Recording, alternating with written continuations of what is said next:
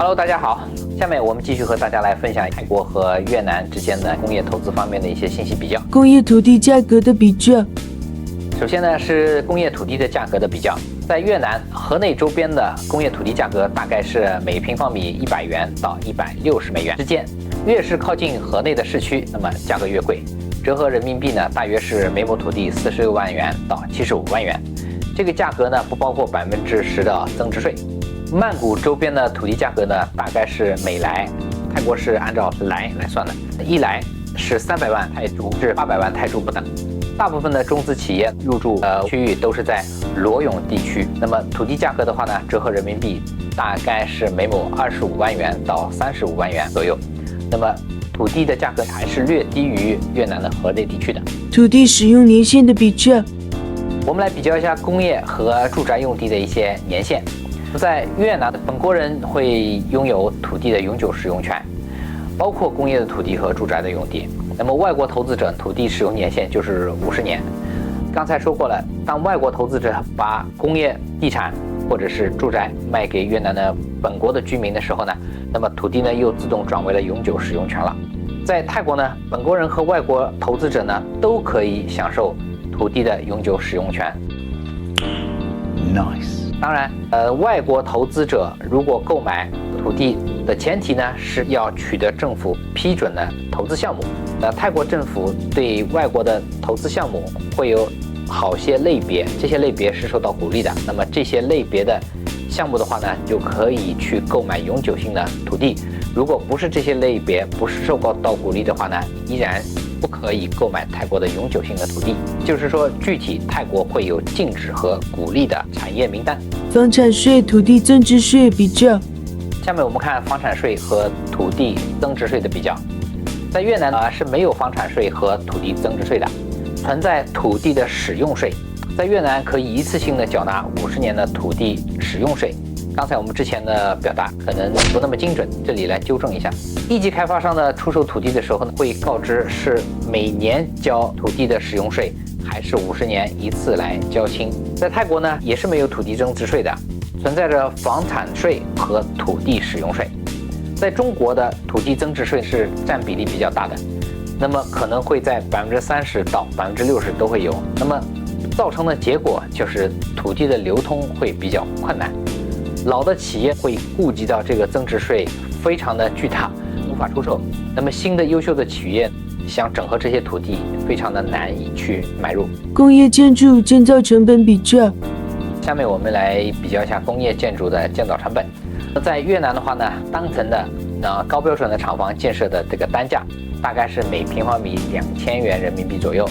那么原因呢，就除了刚才说的以外，还有因为越南的这个土地呢沿海，地质的话呢淤泥比较多，基础上投入的钱会比较多。那么另外一方面，工业建筑里边需要一些高耐候的、耐天气的腐蚀的这种高耐候的彩钢板，需要从中国进口，并且需要初次的加工。那么也会增加一部分的这个原料进口和初次加工的一些成本。另外呢，消防的成本的话呢，会比泰国要大，是东南亚很多国家规范都是参考中国的。如果在工业项目当中需要一些改建和增加建筑的话呢，这些都需要去报备审批的。那么在泰国的话呢，单层的高标准厂房建造的单价呢是每平方米大约1200元人民币左右。为什么比越南低那么多呢？看起来低的很多，是吧？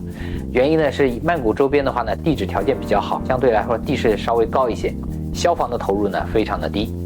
他们是消防，如果你出了事儿要你去负责，如果不出事的话，那么你买的地你自己要负责就可以了，大概是这么一个原则。那么国家的强制规范性就比较低，验收的成本也会比较低，那么政府的收费也会比较低，国家的监管是相对来说是比较少的。所以建设手续在泰国当地的一些村里或者一级开发商那里备案就可以了，手续比较简单。租赁厂房价格比较。那么我们来看一下租赁厂房的一些价格比较。在越南河内周边的地区的厂房租赁的价格呢，大概是每月每平方米4美元到6.5美元之间，含上了物业管理费，折合人民币大概是30几块到40几块之间。在泰国的话呢，曼谷周边的厂房的租赁价格大概是每月每平方米180到220泰铢之间，那么相当于每个月每平方米的人民币是40块钱左右，包括了物业费和3%的税金。绿化要求，我们刚才提到的厂房和绿化建设要求方面，两个国家的差距比较大。越南是参考中国的规定，非常严格的要求要达到20%的绿化率。在中国的话，很多的工业园区绿化率这一块是最容易被放松的，甚至有的园区还说你要提高土地的利用效率，要求你的绿化率降低，比如说降低到15%啊，10%这个都有，我们都碰到过。在越南的话呢，有一个现象就是汽车的普及度没有那么高，很多人都是骑着摩托上班的，一上下班的时候全是摩托车队。园区里边的话呢，它的车道是可以减少的。如果按照常规的建筑密度60%来计算的话，绿化率是可以达到的，只不过您要牺牲一些厂房一层的一些面积，因为我们做工业项目的时候，大家都知道是最喜欢把一层放到最大了，因为很多的仓储啊、物流或者是有一些重型的设备都是在一层要安排的，所以呢，一层是最金贵的，楼上的不值钱，除非是全是做轻工业，那你可以做多层厂房，可以把它们都摞起来，对吧？即使是多层厂房，我们遇到的大部分项目呢，还是一层的面积放到最大，因为一层的面积，它对大型的荷载的话，它是成本最低，对吧？那么在泰国呢是没有绿化率的要求的啊，可能是因为泰国人觉得它的绿化太好了，根本就不缺，这个工业的土地你就尽量的用，把它用足了为止。那所以的话呢，泰国的土地在绿化率这一块的话呢，在建筑密度这块会更加有优势。产业分布比较，下面我们看一下越南的产业分布比较。越南北部的工业重镇呢是海防，这两个城市呢拥有较为完善的制造业的体系，特别是电子的制造业和机械的制造业。比如说电子的制造业很多，他们都考虑要就近配套，很多企业是不考虑2小时以外的供应方了。所以呢，电子企业一旦迁过去之后，可能就是电子企业的一个整个的集群就迁过去了。其他产业其实也是这个样子。越南的中部地区的工业重镇呢是岘港和顺化，这两个城市呢是主要集中了一些纺织啊、家具、食品啊和化工等等的领域。越南南部地区呢，制造业相对更为发达，主要集中在胡志明市和周边的一些工业园区。也集中了一些电子的制造业、纺织和服装的制造业，还有一些食品加工为主的一些产业。这里我们要提到，其实各种行业它都是有非常专业的需求的。在我们中国大陆早期的时候，工业的客户进到中国来，和中国对接的各个服务部门有的时候还不太清楚互相的要求，也搞出了很多笑话。比如说化工企业，它是需要有专门的化工资质的公司去对接去设计的，因为他们对一些防火啊一些这要求会比较严格，会比较规范。所以呢，这些产业集群配套的时候，最好是要找非常专业配套的一些企业去做，因为他们更专业，所以效率也会越高。啊，这个就叫专业。我们看泰国的产业分布，泰国的工业在2014年的制造业的产值是1550亿美元，占 GDP 的42%，也是非常高的。制造业呢，主要的门类是有采矿、纺织、电子、塑料、食品加工、玩具、汽车装配、建材、石油化工等等。2014年泰国的汽车产量呢，已经达到了200万辆，也是全球的10大汽车生产国。那么泰国的工业园区主要是集中在曼谷周边的地区，比如春武里啊、罗勇地区。事实上，这些地区离曼谷是有一些距离的，在曼谷的东南部，其实是靠近芭提雅那边更多，而且在芭提雅的更加的东边，因为那个地方呢土地比较开阔，然后呢也有相应的港口来进行运输。除了泰国周边的地区呢，泰国其他地方大部分就是农业和旅游业。罗勇地区呢靠近港口，有比较好的运输条件。在3年疫情的期间呢，也已经入驻了大量的浙江和广东的企业，主要呢都是以出口加工业为主。港口资源整体比较，那么整体比较港口来说的，泰国的港口资源要大大的少于越南。越南呢，我们知道整个国家就是一条长长的沿着海边的这么一条狭长的一个地带。越南中部最窄的地方只有50公里宽，就是一脚油门就跑到海边了。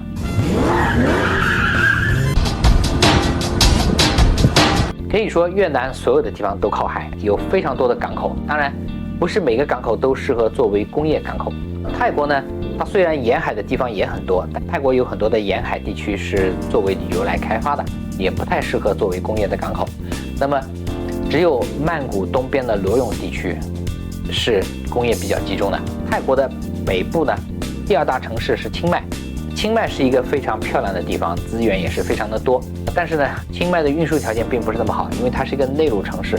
从曼谷开到清迈的话，要有4个多小时。我们在前些年的话呢，有好多年是在清迈有不少的项目，所以呢，经常往来清迈跟泰国，并且往来于周边的老挝、缅甸这些区域。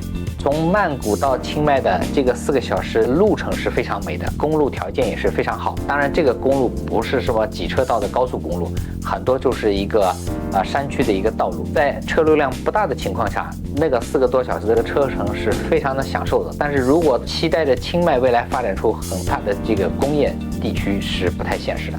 越南的地区非常的狭长，南北有2个重要的城市，北边是河内，南边是胡志明市。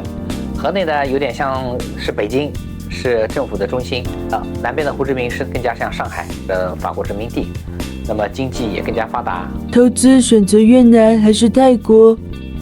那么如果您对工业项目和建筑要有所投资的话呢，也要看哪个地方是什么产业的聚集区，来做一个理性的判断。那么2个国家的产业分布也是有所不同。我们说在越南的电子业和电子业相关的配套产业是比较多的。前几年三星已经开始在布局越南了，所以现在三星的大量的生产力都是在越南北部河内的地区，还有自行车和服装等等的产业都是在胡志明周边的地区来生产的。泰国的产业的话呢，是如果跟电子业没有关联的一些出口企业比较适合去泰国，但是泰国也有很多其他的一些产业链的供应。泰国的优点是外国人可以购买到有永久使用权的土地，只要你的产业项目是泰国政府鼓励的范围以内。我记得大概有10几个项目，大家可以去查这个列表的单子，甚至是比较传统的旅游业开高级的酒店也是被鼓励的对象。那么泰国呢，第2个政治比较稳定，泰国它是一个民选的政府。打个比方，越南的人民是基本上没有选票的，那么泰国的人民呢是有选票的，所以呢，它这个政府也比较能够迎合大众的一些需求。泰国的政治呢，虽然是经常会有一些政变，但是它这个政变呢是一个非常小范围，跟老百姓是没什么关系的。泰国的政变基本上就是对执政的这套班子的一个政变，那皇室是不动的，下面的老百姓呢也是不动的，所以呢不太会影响整个社会和经济的运行。泰国呢对中国人也是相对来说比较友好，营商环境比较宽松。泰国的这个文化比较开放，对全世界各个国家地区的人都包容性比较大。地价呢也比越南相对来说要便宜一些。外汇的出口管制的方面也是比较松的。那么产业到了那里，有很多的相关的一些配套的需求就开始出现了。个人购买住房政策比较，比如说有购买住房。那么在越南的话呢，外国人是不能购买别墅等等这种占用土地的房屋的。事实上，东南亚大部分国家都是这么规定的。像 house 这种占着地的房子，外国人是不可以买的。但是，一些对外销售的一些地产项目它是在高楼里边的，地上只有一小块，上面有很多层。那这些的话呢，外国人是可以购买的，而且有的时候购买了之后呢，也是会给到你一些特殊的一些签证方面的方便。在越南呢，是可以购买外销的商品房的，地产公司的开发的房屋呢，是允许30%的比例是出售给外国人的本地人拥有了永久的产权，外地人是50年这个刚才已经说过了。泰国能买别墅吗？泰国也是一样，是不能购买别墅这样子占着土地的房屋的，但是可以购买外销的一些商品房。房产公司被规定允许49%的比例是可以出售给外国人的，本地人的话呢是有永久的产权，外国人是50年，年限方面跟越南是类似的。当然，在之前我们是知道泰国的话呢，如果你想购买有永久的一些产权的产业的话呢，还有一些其他的方法可以绕过去。比如说，你可以注册公司，这个公司可以永久持有泰国的房产当然这样子操作会比较复杂一些。还有，如果有一些商业行为需要去购买一些本地的一些物业，还可以跟本地人合作通过一些法律的手续去保障你的安全。因为像泰国这样的国家，它要求公司的51%以上的股权必须是要本国人所拥有。大家如果有兴趣可以去请律师，通过各种方式的话呢，可以规避掉一些风险。商品房价格比较。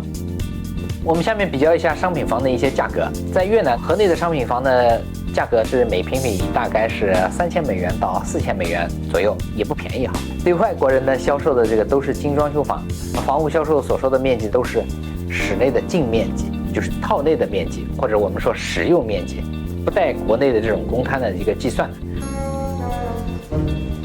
你是在羡慕我吧？曼谷的话呢是商品房价格大概是每平方米的$4000到$6000左右，也是精装修房。计算总价的时候也是算室内的净面积的，就是套内的实用面积。曼谷的住宅的这个配套设施相对来说更好更完善。我们可以在网上看到很多泰国的一些房产销售的一些广告、一些照片和一些视频，设计的其实是比中国的一点都不差，而且非常的人性化。很多公寓和住宅都很有度假的感觉。那我们应该在哪里买房呢？从居住的角度来说，是泰国的要更加好一些。从投资的角度来说，河内的住宅可能涨幅的空间更大一些。好，谢谢大家。